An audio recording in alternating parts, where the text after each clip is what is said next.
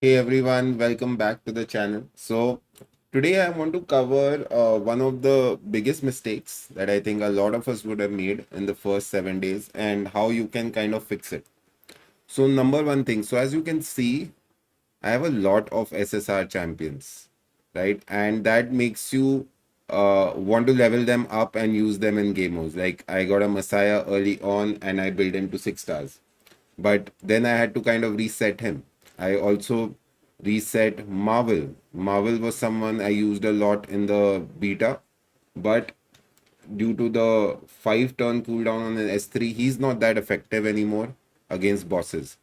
So, what you want to do ideally, first 2 weeks of the game, the dungeons that we are all going to be focusing on are basically three things. One is your Teramatom for your damage dealers, and for everyone else, Doki Doki. And the third is maximizing on Grim Pursuit. Now, there's some heroes where you can double dip. So, those heroes become extremely useful. The most important hero, I think, in the game in the start is this SR hero Ditting. So, he is someone who smashes against Teramatom. If you look at his S3, it deals 450% damage, single target.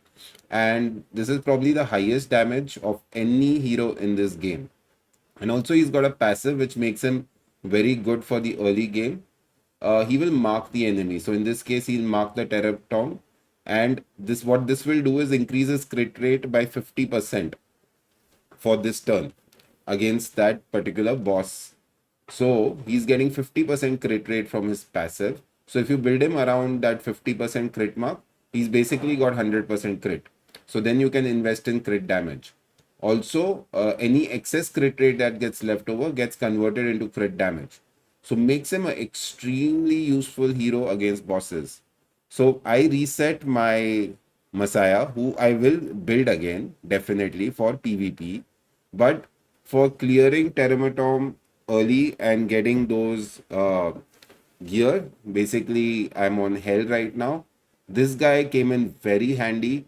A good shell to equip him with is White Fang. So he deals 2 hits of 100% of his damage, and his damage is pretty high. Also, if it's a crit hit, it stacks up critical damage by 10 stacks. So he ends up getting 4 5 stacks in a battle. You want to max out his S3 for sure because of the cooldown, and also gives him a bit of speed, and it increases his chance of follow up attack to 100%. Also, I'm going to be maxing out his second skill. So this will make him an absolute beast, and I'm using him currently in Teramatom. He's also made my Nico Nana very easy, and he's affinity friendly as well. So he's a dark character, so they don't really have any counter as such. So you can use him everywhere. So he's someone who will come in handy even down the line when we. He's good against the Union boss as well. Plus, as now we'll soon unlock Sharon. Once we hit 40 level, we will be soon. He will be extremely useful here as well. Another important hero in this game, and this is Kloss. So Kloss is someone you can pick up from the selector banner in case you don't pull her. I would say she should be number one priority from there. If you look at her skill set, she's putting a defense down, a speed down, right? And also has this unique mechanic of called hacking progress. Now, what does hacking progress do? Each stat increases damage taken by 5% and reduces damage dealt by 10%. So this is very useful against Teramatom. It helps in Doki Doki as well. So she's someone you can use for double dipping, and almost PvE content you'll find her to be useful.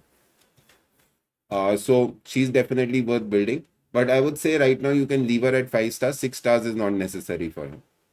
Then also I got a Rimoka. Rimoka destroys Doki Doki. So Rimoka, if you have a builder up, I still need to put better gear on her.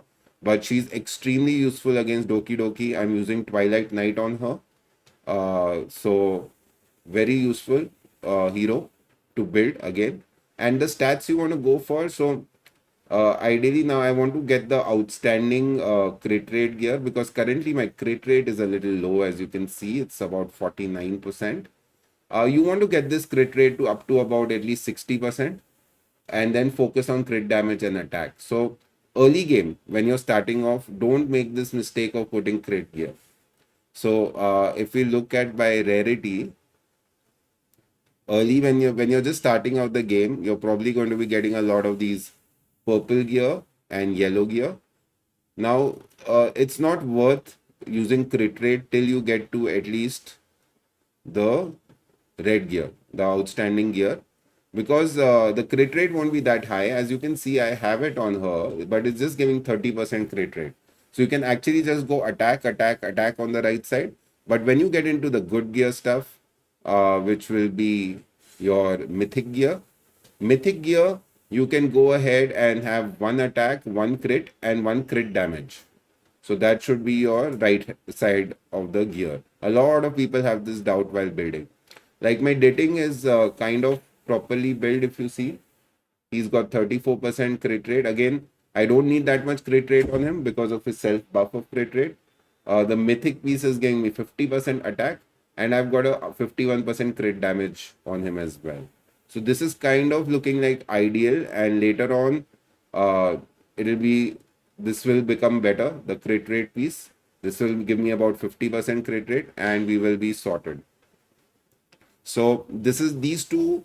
I would strongly suggest. I am sure everyone has a dating. Build them up. It will make this game much easier for you.